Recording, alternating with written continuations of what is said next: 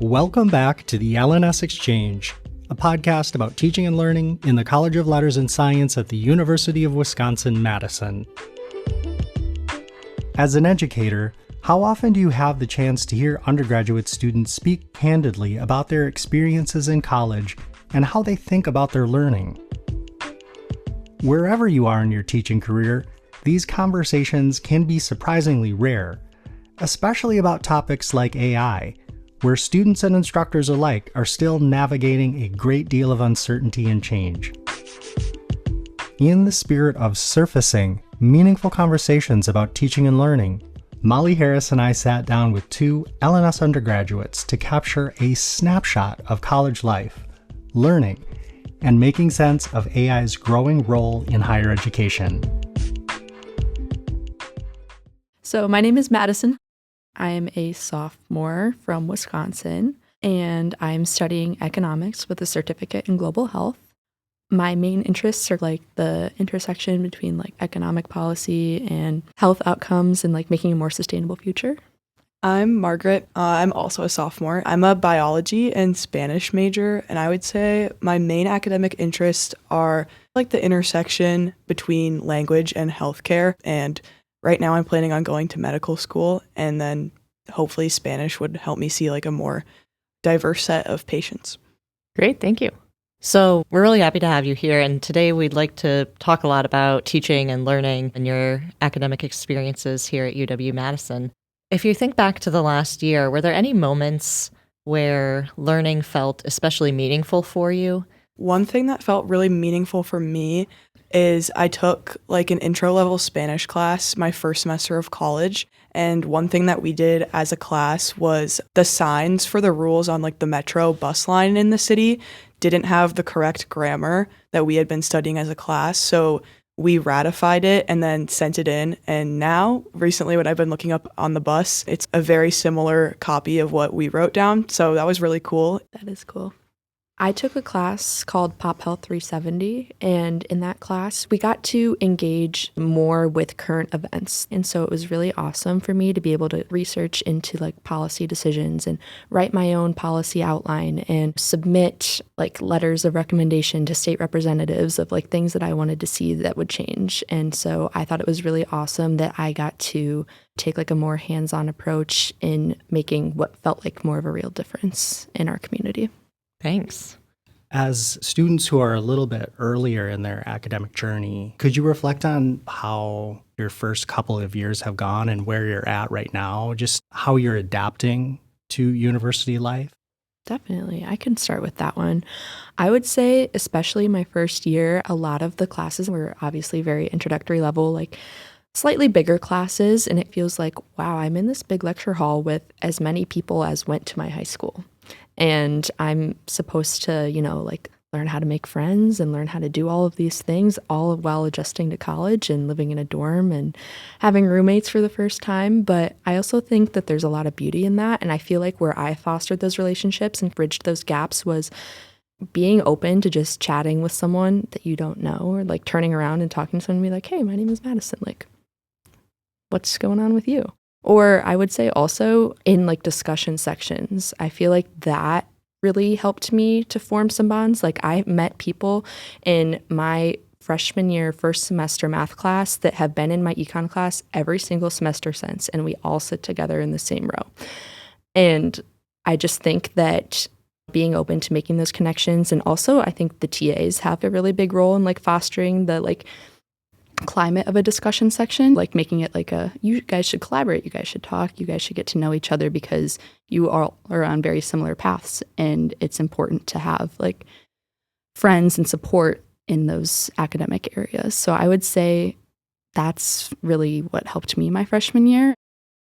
Everyone that I've met has said that navigating their first semester freshman year was one of the hardest things they had to do, and they had similar thoughts that I did. So even just like saying hi to someone or just remembering something about them, even if it's small, and then bringing it up like in the next class is how you can start a really strong friendship or find someone to be like a study buddy or something like that. So I feel like everyone definitely goes through the same things, but sometimes we don't always talk about that. So communication is important.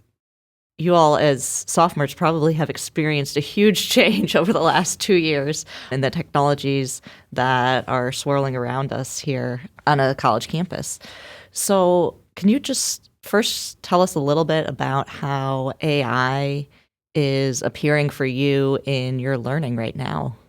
Yeah, I can start with that one. I feel like it's very interesting to be at a world-class institution at the time that these technologies are first starting out. And it's interesting to see that we as students are not only first figuring out how to incorporate that or to not into our learning, but the professors are also kind of navigating that as well. So I feel like we are kind of in this like gray area right now where everyone's trying to figure out, okay, how can we harness this for something that will benefit our learning? Or is this going to be something that takes away from our learning? So something that has been interesting to me is to just talk with other students how like everyone else is kind of navigating the use of AI in their day to day.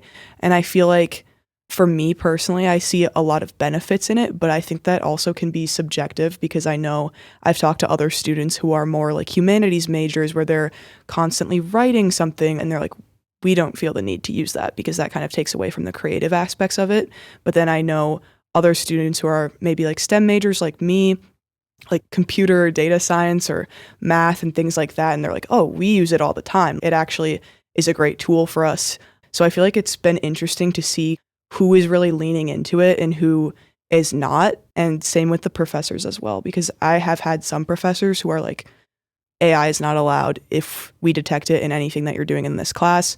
That's academic misconduct. And then I've had other professors and TAs who are like, we're actually going to use AI in this assignment in this way, and we're going to see if that's better or worse in terms of how you guys can comprehend this material. So it's definitely been interesting to see both sides of it, especially at a time where it's relatively newer in the use of like education and that type of thing. I would say I've had a very wide variety of reactions from professors on AI. I've had professors, like you said, that were very adamantly against AI. I had a professor last semester who came to all of our discussion sections and had a conversation, like a roundtable conversation with us about AI and like what we thought about it. And he wanted to understand like what circumstances we would use AI and like why it could be helpful or why it would be unhelpful. So that was interesting. And then this semester, I actually have a teacher who, in my econ class, who really wants us to use AI. He's like, use AI to make practice tests for yourself. AI is going to be the new technological boom. AI is our future. We're going to see like a big economic boom because of AI. But I would say that the differences come from using it as something to like replace thinking versus using it as a tool, because I think what AI has done for some people is like it's replaced critical thinking, whereas for other people, it's just streamlined the process, giving yourself resources to understand things better, or like typing things out, or if you have a question and obviously like your TA or your professor isn't right there, you can work it out almost with AI. But I also think that there's some like ethical and moral issues with AI that I don't necessarily agree with. Like obviously it's not a very sustainable thing for our planet. Like it uses a lot of water. So I do think it should be like used appropriately and sparingly and shouldn't be used for like silly purposes and stuff like that. But I also do think it's almost ignorant to think that AI isn't going to be a part of our future, and part of college is preparing us for our future. And so we have to learn how to use these tools now so that we're prepared for after graduation and when we're no longer in class. Yeah. But I've had some professors like really scare me too, like with like essays and stuff like that. Like I never use AI for essays. I'm just going to say that as a disclaimer, but I will always run my essays through like an AI detector because I'm really afraid of getting academic misconduct violations, and like crazy things will flag as AI. Like first, I remember last year I wrote a paper and I was like quoting, like it was kind of a random paper, but I was quoting the Bible in the paper and every Bible quote was flagging as AI. And so I deleted all of the quotes just to not come up on Turnitin AI, because it's that, like some professors make it that serious and that scary. And like that's something that I also think might need to change a little bit. But yeah, I agree. I feel like going off of what you said, Madison, it's definitely a fine line, because using it for everything is definitely not the way to go, because that will kind of replace like our abilities to think critically and to be able to form our own opinions and perspective. But at the same time, I also agree with what you said about that it is a bit ignorant to think that it's not going to be a part of our future, because it definitely is. And I think one thing that I would probably like to see more in the classroom from professors and TAs is not only how can we use AI in education, but how it's going to come up in terms of careers, especially now that we're both as sophomores getting further down into like our tracks and what we're planning on doing in our futures. How is AI either going to help or hurt us in what we want to do? Madison, you mentioned that you had a class where you had conversations in class with the instructor about AI. What's it like to be in a classroom talking about AI with a faculty member or other instructor present?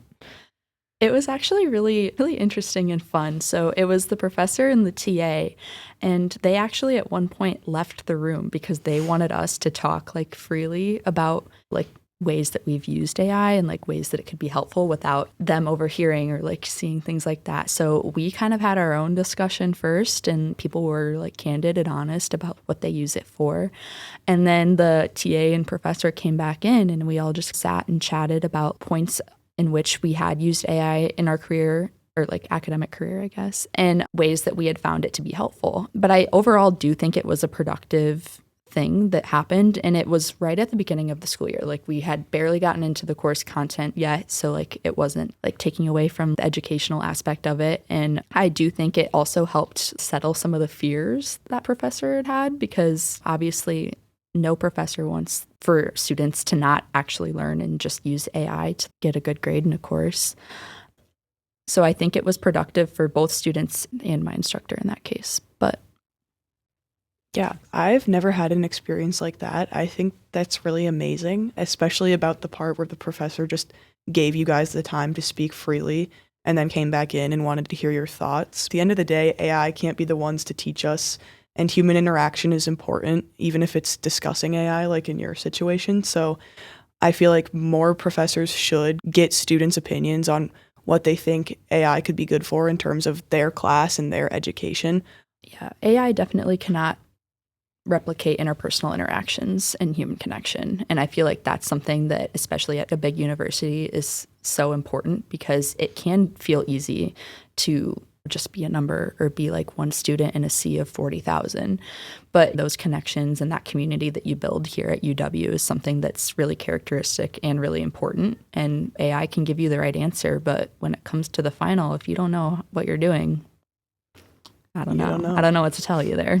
But one might think that there'll be more analog experiences or more experiences without technology, but at the price of being more complicated, using more class time. Have you seen that start to percolate into your courses at all? And is that something that you would welcome, or is it something that you're feeling unsure about? Last semester, I had a course that would have all of their exams blue book, and I don't think that's necessarily a bad thing if it's like an exam where, like, obviously you can show your work, like a math exam or an econ exam. It's important to like show how you got there and like your thinking behind it.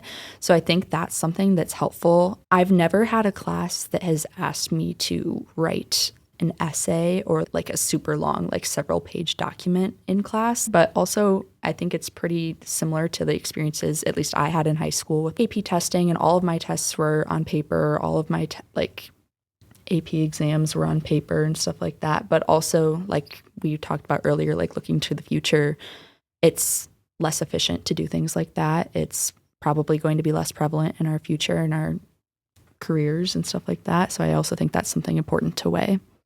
Yeah, I honestly haven't had that many exams that have been on my computer. A lot of them are on paper. And I am in an art history class this year where we did have to do a couple of long essay response questions, and that was on Blue Book, which was hard in terms of hand cramps. But I honestly am someone that kind of likes the whole pencil to paper thing on an exam, just because I feel like I do spend so much time looking at a screen. I'm always doing my homework on my computer or my iPad, stuff like that. So if there is a moment in which we can just do something on paper, that's never going to be something that I'm, I guess, against. I don't mind that. It is nice on paper exams if you can get partial credit back sometimes, whereas like online exams, it's you didn't get 4 as the answer. Wrong. 0. That's a good point. We interviewed a recent grad who's now working and seeing how efficiency becomes the driving purpose of whatever they do, and it's almost a paradox between the purpose of higher education where you're like, I need to learn this. It's about my growth and my understanding versus if I can get this done in 10 minutes versus an hour, the incentive is to get it done faster. I'm wondering if anything you're experiencing is like working to help you navigate that weird paradox. Yeah, I feel like that is something that is hard. I feel like we're all human, so we're like, okay, if we can get it done in 2 minutes versus 2 hours, 2 minutes every time.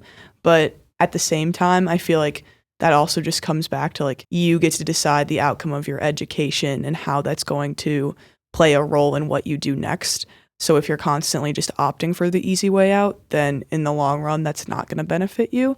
So I feel like it's definitely a self-control thing, and I've definitely opted for the 2 minutes a few times, especially in a pinch, but that's always been something that I never feel like I'm really getting the most out of it.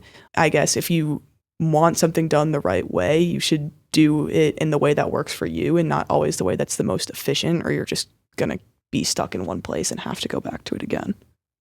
I would agree. And I would also say, like, the workforce versus being a student is very different. Like, obviously, as a student, we're learning to better ourselves and to make us more well-rounded. Whereas if you're already in the workforce, it's like getting projects and getting tasks done and stuff like that, where I see that efficiency aspect coming in more. Every field of study values productivity and wants to make progression towards the future, if you will. But if you're sitting here as a student and you're not attending class and you're not doing the work that you should be doing, what are you doing to be here? Like, you're paying to be here. What are you paying for? Because if you're not getting anything from your education. I guess I've never really understood that, but. Thanks for that. There's ongoing evolving critiques of AI and its inaccuracies, and that you really need to be able to be the boss of AI, because if you don't know your stuff, you are going to make a misstep trusting this strange thing. Is there a way that you are informing yourself about what this means for your academic work, for your potential future, so that you aren't just getting pulled in one direction by one course and opinions and policies and all these different things that you have to navigate? And is there something that instructors could do better to help guide your thinking? I would say I would appreciate if an instructor like candidly said why they feel the way they do about AI.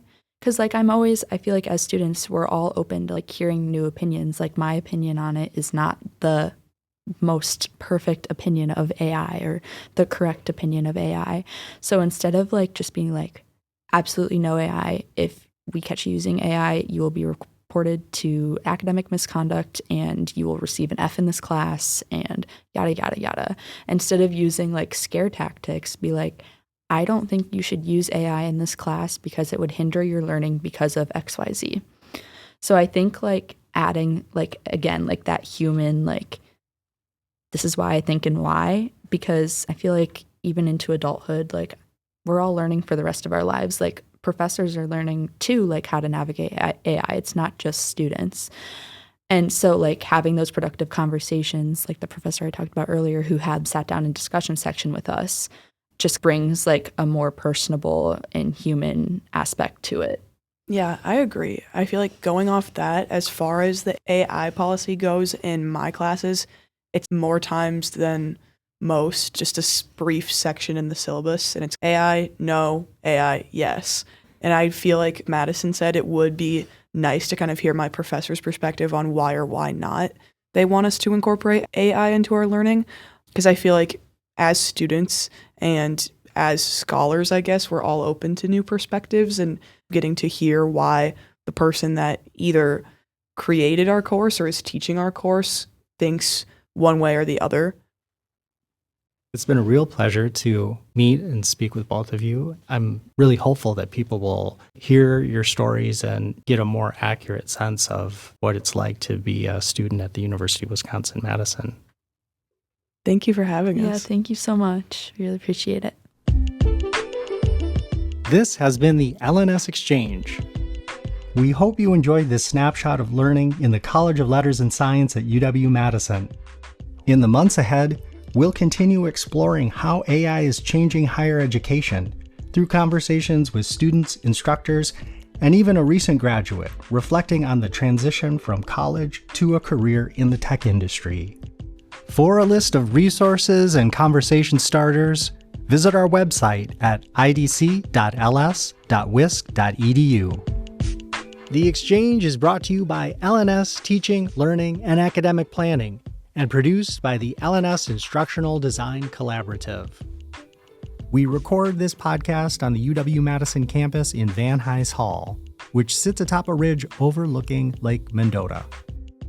It's a beautiful spot and has a deeper significance because everything that resides here rests atop ancestral Ho-Chunk land, a place their nation has called day-JOPE since time immemorial.